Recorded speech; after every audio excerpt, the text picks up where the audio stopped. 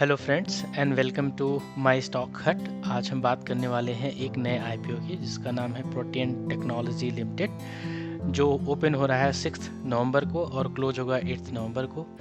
So friends, किसी भी IPO में अप्लाई करने से पहले उस आईपीओ के फाइनेंशियल के बारे में, उसकी की स्ट्रेंथ की वीकनेस क्या है, उस आईपीओ के बारे में जानना बहुत ज़रूरी होता है। तो दोस्तों, हम इस वीडियो में आज बात करने वाले हैं प्रोटियन टेक्नोलॉजी के ऑल एस्पेक्ट से कि कंपनी किस बिजनेस में काम करती है, कंपनी की स्ट्रेंथ क्या है, फाइनेंशियल कैसे हैं, अप्लाई करें या ना करें। तो सबसे पहले हम कंपनी की हिस्ट्री देख लेते हैं, कंपनी कब स्टार्ट हुई, क्या करती है। So friends, company was founded in 1995 1995 में स्टार्ट हुई थी as a national security depository limited, जो बहुत फेमस है एज अ NSDL। दोस्तों, चल के इन 2012 कंपनी दो पार्ट में डिवाइड हो जाती है, एक NSDL, दूसरा हो जाता है NSDL e governance infrastructure limited. ये दोनों का काम अलग अलग हो जाता है। NSDL मोर और लेस आपको पता है, स्टॉक मार्केट में जो भी स्टॉक हम लेन देन करते हैं उसका पूरा रिकॉर्ड रखती है। सेम जैसे CDSL का काम होता है वैसे NSDL अपना काम परफॉर्म करती है। और NSDL e governance infrastructure limited ये एक IT इंफ्रास्ट्रक्चर प्रोवाइड करने का काम करती है। तो 2021 में होता क्या है, NSDL e governance infrastructure limited का नाम बदल के protean e governance technology limited रख दिया जाता है। और इसी IPO के बारे में हम आज डिटेल में बात करने जा रहे हैं। तो किसी भी IPO में पैसा लगाने से पहले उस कंपनी के बिजनेस मॉडल के बारे में जानना बहुत ज़्यादा इम्पोर्टेंट होता है। तो आइए हम इस कंपनी के सबसे पहले बिजनेस मॉडल के बारे में जान लेते हैं कि कंपनी करती क्या है एक्चुअली। तो दोस्तों, ये कंपनी क्लोज टू 2 डिकेड से, 2 दशक से सिटीजन सेंट्रिक मीन्स जो हम आप सर्विसेज यूज कर सके उसमें IT इंफ्रास्ट्रक्चर। तो ये पैन कार्ड की प्रिंटिंग, आप नए पैन कार्ड जब बनवाते हैं उसमें आप NPS अगर रखते हैं, नेशनल पेंशन स्कीम, अटल पेंशन योजना, आधार ऑथेंटिकेशन जो होता है, ये सारी सर्विसेज कैटर करती है। गवर्नमेंट के जो भी प्रोजेक्ट्स होते हैं ये उस फील्ड में काम करते हैं और इसका काम काफ़ी अच्छा है। उसमें से 7 में से 4 में इनकी मोनोपोली है। सो अगर फ्रेंड्स हम इसकी बात करें कि किस किस मिनिस्ट्री को ये सपोर्ट करे, तो उसमें आ जाती है मिनिस्ट्री ऑफ फाइनेंस, आ जाती है ministry of information and broadcasting, आ जाती है ministry of physical development and entrepreneurship, आ जाती है ministry of commerce and industry, आ जाती है मिनिस्ट्री ऑफ कम्युनिकेशन भी आ जाती है, ministry of electronics and information technology भी आ जाती है, मिनिस्ट्री ऑफ एजुकेशन भी आ जाती है। इससे देख के फ्रेंड्स एक आइडिया लगता है कि कंपनी का जो बिजनेस मॉडल है काफ़ी स्ट्रांग है, काफ़ी सारी गवर्नमेंट इंडस्ट्री को या गवर्नमेंट मिनिस्ट्री को सपोर्ट कर रहे हैं ये। तो दोस्तों, जैसे मैंने बात करा था कि कौन कौन से सेक्टर में ये काम कर रहे हैं, तो अगर आप देख सकते हैं मॉडर्नाइजेशन ऑफ टैक्स इंफ्रास्ट्रक्चर है, सोशल सिक्योरिटी एंड वेलफेयर हो गया, डाटा स्टैक हो गया, इंफॉर्मेशन सिक्योरिटी कंसल्टिंग हो गई, क्लाउड सर्विस में भी इनका हो जाता है, ओपन डिजिटल इकोसिस्टम में भी इनका काम है।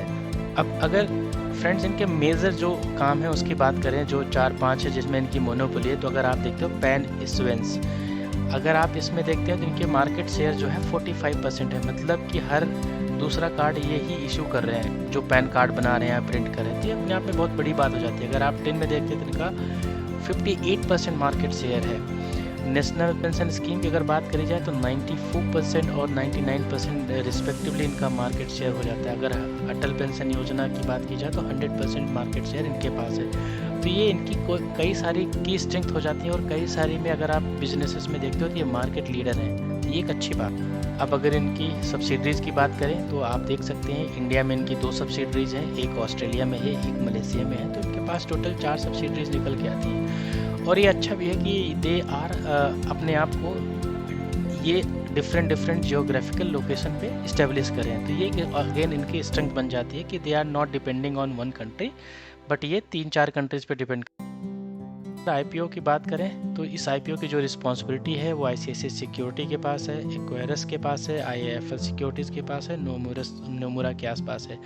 तो दोस्तों, से आप देख सकते हैं कि काफ़ी बड़े फंड हाउसेस हैं जो इस कंपनी को हेल्प करें इसका IPO लाने में। अब अगर फ्रेंड्स इस IPO के ऑब्जेक्टिव की बात करें कि ये कंपनी अपना IPO क्यों ला रही है, तो दोस्तों उसमें 2 चीज़ें होती हैं। एक होता है कंपनी जब ऑफर फॉर सेल करती है और एक होता है फ्रेश इशू।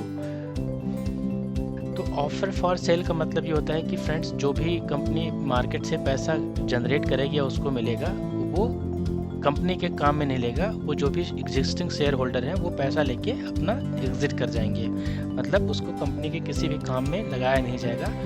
तो दोस्तों किसी कंपनी में पैसा लगाने से पहले उस कंपनी के बारे में अच्छे से जानना बहुत ज़रूरी होता है। उसी में आता है उसकी कंपनी के फाइनेंस के बारे में जानने की, कंपनी पैसा कैसे बना रही है, कंपनी प्रॉफिटेबल है कि लॉस में है। 2021 मार्च से लेकर 2023 तक तो कंपनी के एसेट्स लगातार बढ़ रहे हैं, जो एक अच्छा पॉइंट है, प्लस पॉइंट हो जाता है। अगर आप रेवेन्यू भी देखते हैं तो ये भी दर साल बढ़ रहे हैं, ये भी एक अपने आप में अच्छी बात है।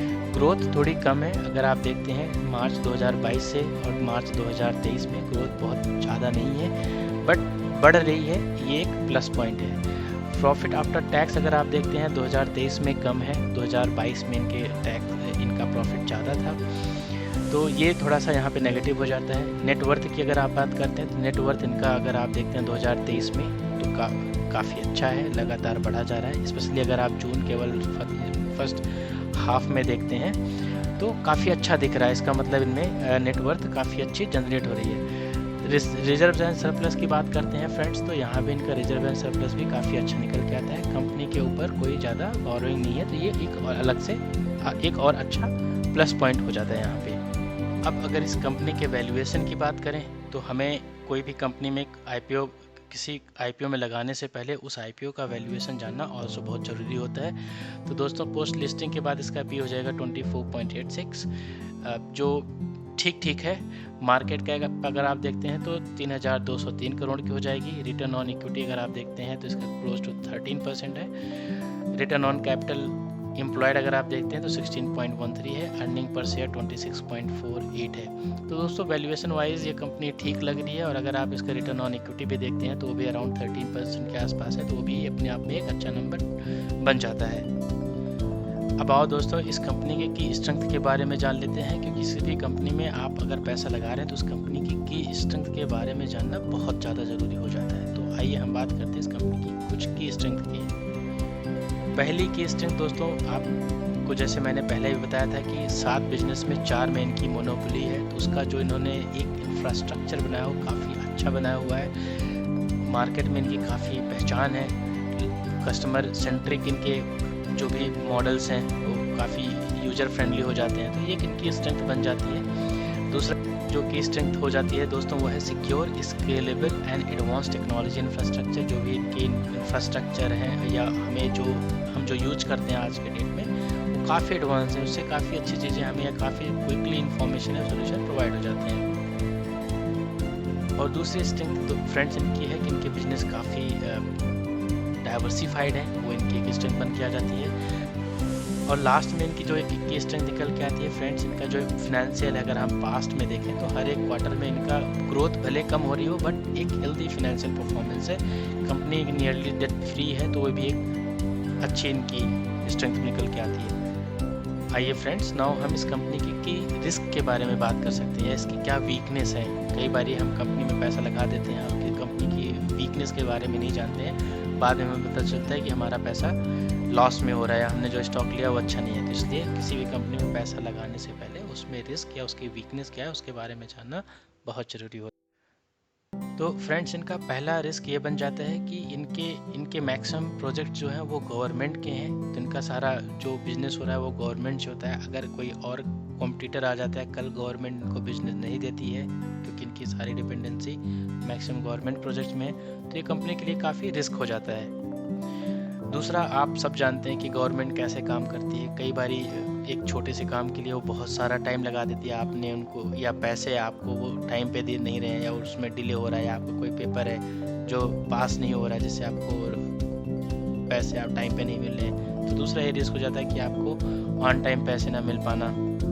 तीसरा फ्रेंड्स आपको पता है ये जो इनका इंफ्रास्ट्रक्चर है वो आईटी इंफ्रास्ट्रक्चर है। अगर कभी भी कोई डिस्ट्रप्शन आ जाता है, मीन्स ये होता है कि जो क्लाइंट सर्विस एक्सेस करना चाह रहा है वो नहीं कर पा रहा है, एक पुअर सर्विस हो जाती है, तो कई बार हो सकता है क्लाइंट हट जाए या क्लाइंट सर्विस को ना यूज़ करे, तो ये भी अपने आप में रिस्क हो जाता है।